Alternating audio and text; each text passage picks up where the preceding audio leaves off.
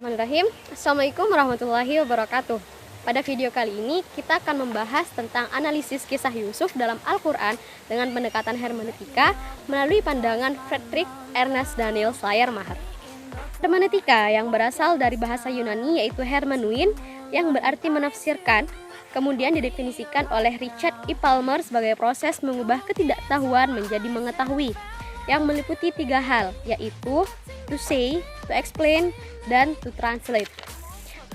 Memahami kisah seseorang dengan pendekatan hermeneutika dapat menjadikan pembaca merasakan apa yang dirasakan tokoh, bahkan dapat larut dalam kisah tersebut seakan pembaca mengalami kisahnya. Begitu pula dengan menyelami kisah para nabi dapat membuat kita merasakan apa yang dirasakan, memahami setiap kejadian, dan mendapat pelajaran dari kisah tersebut. Terdapat beberapa tokoh yang memiliki peran dan pengaruh besar dalam mengembangkan hermeneutika. Dalam catatan Palmer, diantaranya adalah Schleiermacher, Dilthey, Gadamer, Habermas, Ricoeur, Derrida, dan Heidegger.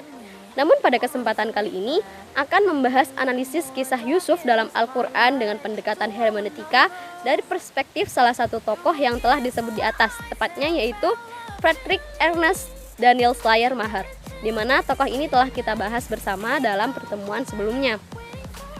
Menurut Schleiermacher, hermeneutika adalah seni memahami teks. Dalam pandangannya, setiap teks memiliki dua sisi, yaitu sisi eksternal dan internal. Sisi eksternal berkaitan dengan makna gramatikal teks, adapun sisi internal berhubungan dengan makna psikologi pengarang. Dalam hal inilah hermeneutika sebagai seni memahami mulai berperan. Melalui interpretasi psikologis, sang penafsir menempatkan dirinya ke dalam dunia batin pengarang, sampai tahap ia mengerti dan berkata, "Oh, pantas begini, oh, pantas begitu." Karena kalau saya dalam keadaan seperti itu, pasti saya juga akan berkata atau berbuat hal yang sama. Jadi, untuk memahami maksud pengarang, kita naik banding pada pengalaman kita sendiri. Dalam kaitannya dengan kisah Yusuf alaihissalam, hermeneutika Schleiermacher dapat ditemukan pada peristiwa Zulaikha yang dicela wanita-wanita Mesir atas perbuatannya.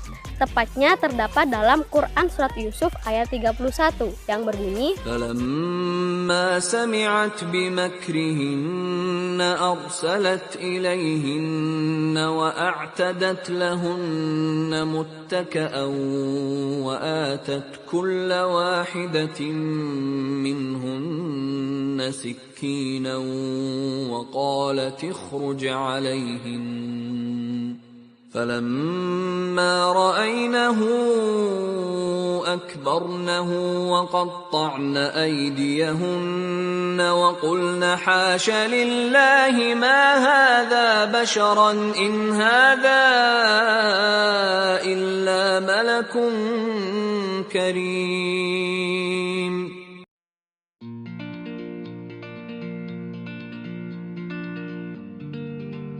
menurut wanita-wanita Mesir tersebut, Zulaikha dianggap telah mempermalukan martabatnya sendiri ketika tergila-gila kepada pembantunya. Uniknya, Zulaikha tidak membalas celaan itu. Ia menjawab gunjingan wanita-wanita Mesir saat itu dengan mengadakan perjamuan makan. Sebelum jamuan dimulai, semua tamu wanita diberikan pisau satu persatu.